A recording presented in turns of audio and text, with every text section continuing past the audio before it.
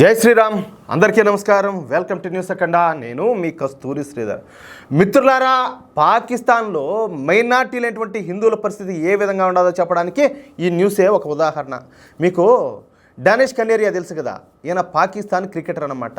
ఈయన పాకిస్తాన్లో హిందువుల పరిస్థితి ఏ విధంగా ఉంటుందో ఆయన ఒక స్టేట్మెంట్ అయితే ఇచ్చినారు. సరే, పాకిస్తాన్ తరఫున ఆడినటువంటి హిందూ క్రికెటర్లో నాకు తెలిసి అయితే ఈ డానిష్ కనేరియా రెండోవాడు. పాకిస్తాన్లో మైనార్టీల దుస్థితి గురించి అమెరికాలో ఈ పాకిస్తాన్ మాజీ క్రికెటర్ అయినటువంటి డానిష్ కనేరియా మాట్లాడినాడు. తాను హిందువు అయిన కారణంగా పాకిస్తాన్లో వివక్షను ఎదుర్కొన్నానని, అందువల్లే తన కెరీరు అర్ధాంతరంగా ముగిసిపోయిందని ఈ పాకిస్తాన్ మాజీ స్పిన్నర్ అయినటువంటి డానిష్ కనేరియా ఆవేదన వ్యక్తం చేసినాడు. పాకిస్తాన్లో హిందువులకు దక్కాల్సినటువంటి గౌరవం దక్కడం లేదు. పాక్ తరఫున ఆడుతున్న సమయంలో మిగిలిన వాళ్ళతో సమానంగా విలువ దక్కేది కాదని, అదేవిధంగా ఈ పాకిస్తాన్ క్రికెటర్లు అయినటువంటి ఎవరు ఈ అఫ్రిది, షోయిబ్ అఖ్తరు తరచుగా మత మారమని చెప్పేసి బలవంతం చేసేవాళ్ళని చెప్పేసి ఈ డానిష్ కనేరియా తెలిపినాడు అనమాట. చూడండి ఎంత దారుణమనో. ఇప్పుడు నేను ఒక మాట చెప్పాలి మీకు. ఏంటంటే మన భారత క్రికెట్ టీం ఉన్నది కదా, నాకు తెలిసి అయితే ముందు వచ్చేసి మహమ్మద్ కైఫ్ అని ఉన్నాడు, తర్వాత వచ్చేసి ఇర్ఫాన్ పఠాను, యూసఫ్ పఠాను, జహీర్ ఖాను, ఇప్పుడు ఈ మహమ్మద్ షమి, వీళ్ళంతా ఉన్నారు మన టీంలో కూడా. ఏది భారత క్రికెట్ టీంలో వీళ్ళంతా కూడా ప్లేయర్సే.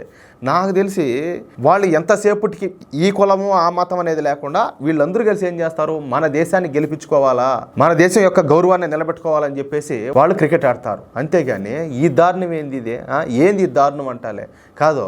అంటే ఎంతసేపటికి బలవంతం చేసి మతం మార్చాలని చెప్పేసి ఏది సాటి ప్లేయర్లు కూడా. దీన్ని బట్టి మీరు అర్థం చేసుకోండి ఎంత దారుణంగా ఉంటుందో పాకిస్తాన్లో పరిస్థితి. ఇప్పుడు ఆ స్థాయిలో ఉన్న వ్యక్తినే వాళ్ళు అంతగా టార్చర్ పెట్టినారంటే ఇంకా సామాన్యులను వాళ్ళు వదిలిపెడతా ఉంటారా?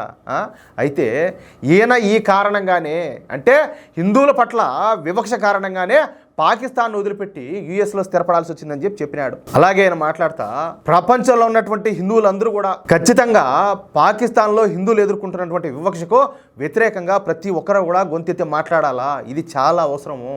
పాకిస్తాన్లో హిందువులు చాలా దారుణాలు అనుభవిస్తున్నారు, హత్యలకు గురవుతారు, అత్యాచారాలకు గురవుతారు. చిన్న బిడ్డలను కూడా చూడకుండా ఆడపిల్లలను ఎత్తుకొని పోయి బలవంతంగా మతం మార్చి మరి వాళ్ళని పెళ్లిళ్ళు చేసుకుంటున్నారు.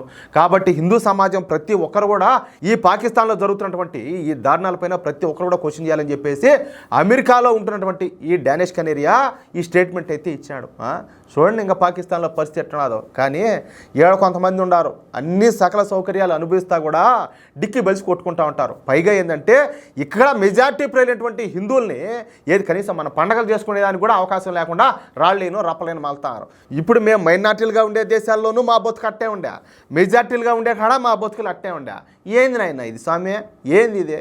మిత్రులారా, ప్రతి ఒక్కరి ఆలోచనలో కూడా మార్పు రావాలా. ఖచ్చితంగా హిందువులందరూ కూడా కులాలకు, వర్గాలకు, వర్ణాలకు, ప్రాంతాలకు, భాషలకు అతీతంగా హిందువులందరూ కూడా సంఘటితం కావాలా. లేకపోతే భవిష్యత్తే ప్రశ్నార్థకంగా మారిపోతుంది. అది విషయం అయితే. మిత్రులారా, ఈ న్యూస్ కనుక మీకు నచ్చినట్లయితే ఖచ్చితంగా ఈ న్యూస్ నలుగురికి షేర్ చేయండి. అదేవిధంగా ప్రతి ఒక్కరు కూడా మీ యొక్క అమూల్యమైన అభిప్రాయాలను ఖచ్చితంగా కామెంట్ చేయండి. అలాగే ఇంతవరకు మీరు కనుక మన ఛానల్ సబ్స్క్రైబ్ చేసుకున్నట్లయితే ప్రతి ఒక్కరు కూడా మన ఛానల్ సబ్స్క్రైబ్ చేసుకోండి, సపోర్ట్ చేయండి ప్లీజ్. జై శ్రీరామ్.